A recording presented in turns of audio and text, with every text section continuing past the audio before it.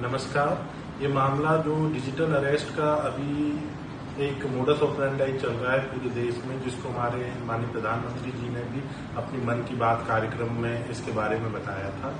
इसी तरीके से 15 मार्च को हमें एक शिकायत प्राप्त हुई, जिसमें से एक 92 वर्षीय 92 ईयर्स ओल्ड बुजुर्ग जो कि एम्स से रिटायर्ड डॉक्टर हैं, उनके डिजिटल अरेस्ट करके, उनको डिजिटल अरेस्ट रख के उनसे 3 करोड़ 40 लाख रुपए उनके ठग लिए गए थे। शिकायत प्राप्त होते ही हमने संगत धाराओं में केस दर्ज किया और इसका हमने अन्वेषण प्रारंभ किया। लगभग 1 महीने की पूरी तकनीकी एनालिसिस और इस समस्त केस के विभिन्न पहलुओं को जब हमने गहन जांच की, तो हमने 2 मुख्य संदिग्धों पे केंद्रित हमारी इन्वेस्टिगेशन केंद्रित हुई। सबसे पहला था अमित शर्मा अलियास राहुल, जिसे हमने राजस्थान से पकड़ा। दूसरा था हरी।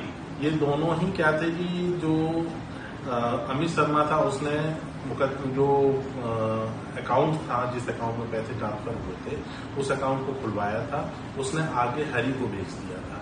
जब हरी को पकड़ा तो हमें पता चला कि उसने आगे तीसरे आदमी को बेचा है, जो कि नेपाली मूल का है, और उससे नेपाली मूल के से ये जो अकाउंट है शायद आगे दुबई और ताइवान को गए।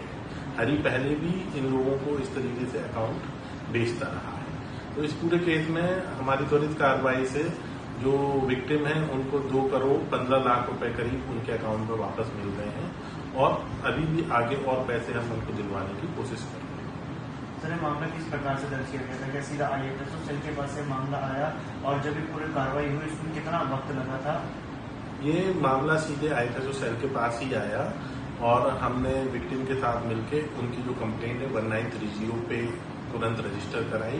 लगभग शाम को 7 बजे इसकी सूचना मिली थी 15 मार्च को, और तुरंत 1930 पे दर्ज कराने से ये हुआ कि जो पैसे बैंकिंग सिस्टम में थे वो रोके जा सके। मैं आम नागरिकों को भी बताना चाहता हूं कि अगर आपके साथ कोई साइबर फ्रॉड होता है तो आप तुरंत ही उसे 1930 पे रजिस्टर अवश्य कराएं, जिससे आपके पैसे जो भी बैंकिंग सिस्टम में है वो फ्रीज हो जाते हैं और आपके पैसे वापसी की चांसेस बढ़ जाते हैं। सर, क्या